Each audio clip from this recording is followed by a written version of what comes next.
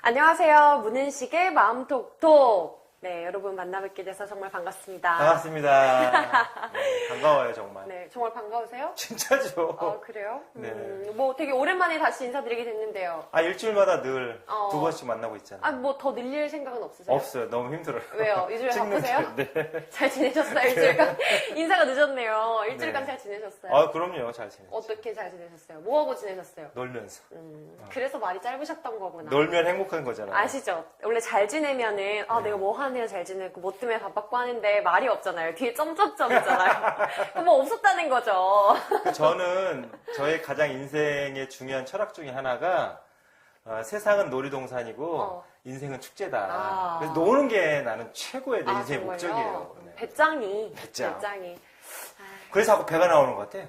배짱이 늘어나는 아재 만큼. 아재. 여러분, 아재. 진지충 뭔지 아시죠? 아재. 진지충. 소장님, 진지충 뭔지 아세요? 뭐예요, 진지충? 이게 아재네. 정말 네. 모르시네요. 진지충. 쓸데없이 진지한 사람. 아하. 그냥 잘 지내면 뭐 했다 하면 되는데, 막 뭐 행복, 놀이동산. 그쵸, 여러분. 그래도 멋있잖아요. 진지충과 함께하고 있습니다. 진지충. 진지를 구축합시다. 아재 개그! 저 이거 꼭 해야 됩니까?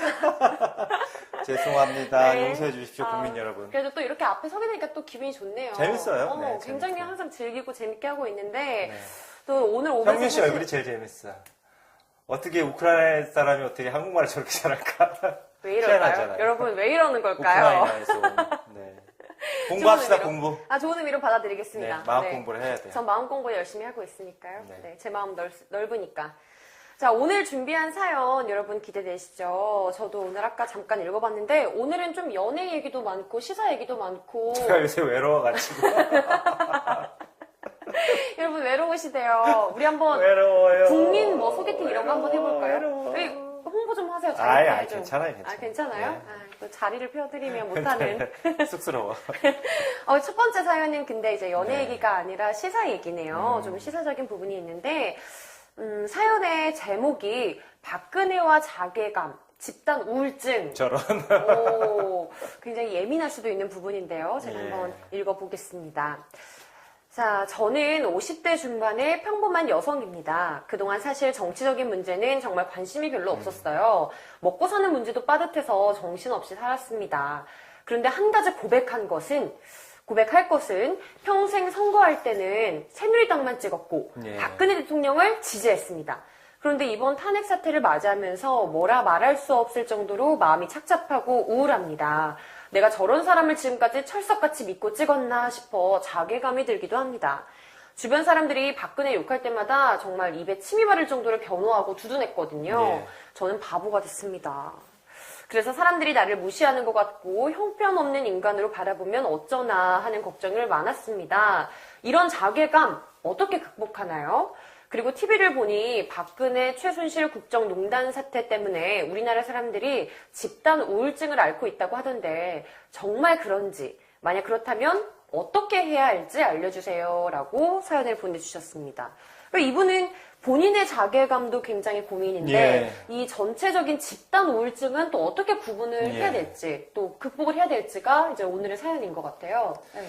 올 한해 최고의 이슈어는 자괴감. 내가 이러려고. 이러려고 널 믿었나. 내가 이러려고 소장이 됐나. 자괴감이 듭니다. 내가 이렇게 살았나. 예. 근데 이제 우리가 차근차근히 좀 공부해 볼 필요가 있는데요. 우리 형윤 씨 생각에 사람이 가장 강한 집착을 보이는 게 뭐라고 생각하세요? 강한 집착? 예, 사람은 무엇에 가장 강한 집착을 가지고 있을까요? 행복이겠죠. 행복, 네, 행복하고 싶다.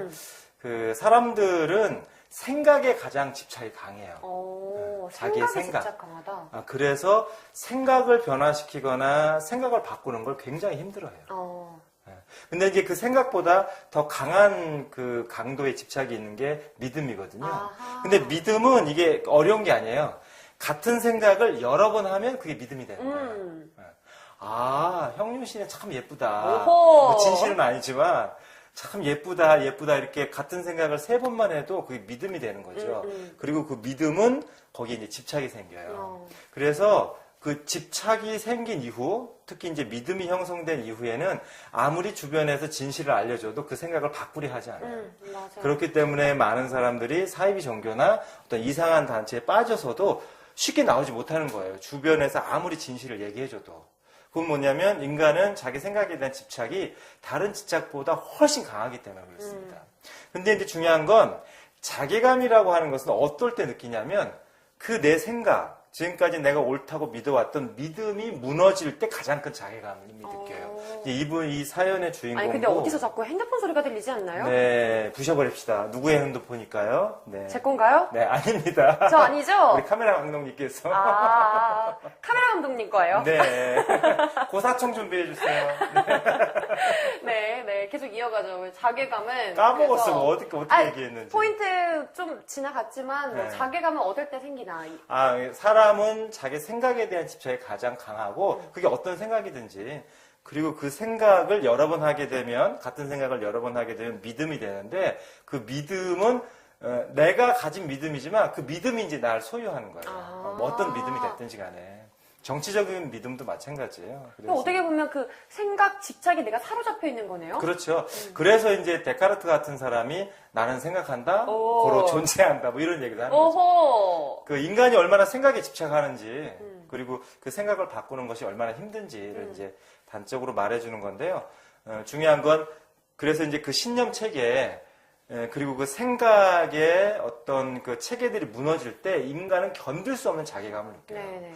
그러니까 이제 평생 새누리당만 지지했고, 그리고 이제 박근혜 대통령을 이렇게 뽑으신 이런 분들이 지금 겪고 있을 마음의 혼란, 마음의 괴로움, 자괴감, 이건 사실 엄청난 거예요. 그렇죠. 이거 어떻게 보면 배신감이라고도 생각할 수 있을 것 같아요. 배신감뿐만이 아니라 내가 무너지는 듯한 느낌을 아마 느끼실 겁니다. 그래서 이게 굉장히 정신적으로 고통스러워요. 그러면 이 자괴감을 극복하려면 네. 어떻게 하면 좋을까요? 이제 중요한 건 제가 말씀드린 이 원리를 좀 아시는 게 중요해요. 사람은 생각에 가장 강한 집착을 보이고 그 생각을 여러 번 했을 때 믿음이 생기는데 그 믿음이 한번 생기면 진실을 보려고 하는 것이 아니라 그 믿음 자체를 맹목적으로 누구든지 이것은 보수나 진보나 다 마찬가지예요. 네네. 이걸 이제 확증 편향이라고 이제 유식한 말로는 합니다. 그러니까 내가 믿는 것대로만 세상을 보려고 하는 거죠. 근데 중요한 건 이런 계기를 통해서 이런 마음의 원리가 있구나. 생각의 속성이 있구나라고 자각하는 게 되게 중요하다는 거예요. 그래서 저는 이번에 이제 뭐 촛불 집회도 있고 탄핵 정국에 있어서 대한민국 국민들이 자괴감에 초점을 두지 말고 새로운 자각에 초점을 뒀으면 좋겠다. 이제 이런 생각이 드는 거예요. 그동안에는 모르고 있었잖아요. 그 대한민국은 민주공화국이다. 모든 권력은 국민으로부터 나온다. 근데 우리가 이제 주권자인데 그 주권자가 자신의 권리와 책임을 그냥 벽장 속에 넣고 지냈어요. 그렇죠. 근데 딱 이번 기회로 우리가 정말 대한민국의 주인이구나. 우리가 권력을 대통령한테 위임했는데 대통령이 그 권한을 제대로 쓰지 못하니까 우리가 바꾼다. 바꾸는구나 라고 하면 자각하는 거죠. 그러니까 내가 지금까지 새누리당을 믿었건 박근혜 대통령을 찍었건 그게 중요한 게 아니라 내가 주권자로서 자각할 수 있는 계기로 삼는 게 가장 중요하다. 그래서 이제 이런 촛불문화제나 이런 것들을 꼭 정치적으로만 바라보기보다는 우리 국민들이 진정한 주권자로서 새롭게 거듭 태어나는 자각의 장인이 되도록 해야 하고, 그리고 중요한 것은 이제 지도자를 바라보는 새로운 시선 같은 것도 이제 다 자각을 하시게 될 거예요. 그렇죠. 그럼 그 다음에가 중요하잖아요. 그렇죠. 그럼 자각을 했으면 어떻게 해야 될 것이냐? 양심대로 표현하면 돼요, 이제. 표현을 해라. 양심대로. 예를 들면, 제가 이제 우리 국민들이 참 위대하시다 하고 느낀 게 뭐냐면, 한 번은 택시를 탔는데 어떤 택시 기사님이 내가 물어보지도 않았는데 죄송합니다. 저는 한평생 새누리당만 찍었습니다. 네, 부끄럽습니다. 저는 한평생 박근혜 대통령만 찍었습니다. 이렇게 스스로 고백을 하시고 참회를 하시고 용서를 구하는 거예요. 그건 대단히 성숙한 어떻게 보면 성인의 마음이라고 볼 수 있어요. 그게. 어떻게 보면 자기가 찍은 그 표에 대한 책임을 지는 거라고 생각을 해요. 자각하는 거죠. 그렇죠. 자각하고. 그래서 이제 이분도 자각하는 과정에 있다. 그거는 보수가 됐건 진보가 됐건 다 마찬가지예요. 네. 자신의 믿음이 틀렸을 때, 진실이 아닐 때 그것을 기꺼이 받아들이고 그걸 꼭 자괴감으로만 생각하지 말고 내가 깨어날 수 있는, 자각할 수 있는 가장 좋은 기회구나 라고 생각하시고 중요한 건 그다음부터는 양심대로 행동하는 거예요. 내 양심이 다 얘기하고 있거든요. 가서 촛불을 들어라. 아니면 내가 맡은 직분을 충실하게 수행해라.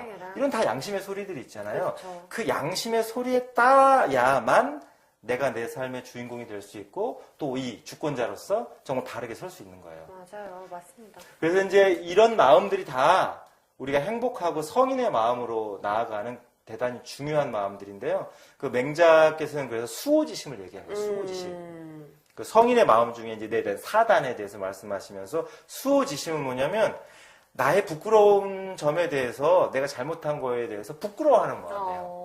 수호지심이 의지다냐라고 그러셨거든요. 이야. 수호지심이 의지다냐다. 아니, 일주일 동안 준비를 많이 하셨어요? 아니, 별로 준비 안 했는데 그냥 평소 생각이에요. 어머, 정말 부자연스러워요. 근데 말하는 게 내 단어를 말하는 것 같진 않고. 좀 그랬나요? 이쪽을 부자연스러웠나요? 쳐다보면서. 그러니까 수호지심. 아니, 성자들이 위에 계시니까, 하늘에 계시니까. 그래서요. 그러니까 아니, 이분도 마찬가지예요. 이 사연의 주인공도 자기가 부끄럽다는 거잖아요. 이게 수호지심이거든요. 그런데 이 수호지심은 의지다냐라. 의로운 일을 하는데 뿌리가 된다는 거예요. 그래서 제가 양심대로. 자각이 있은 후에는 양심대로 행동하시면 된다. 이제 이 말씀을 드린 겁니다.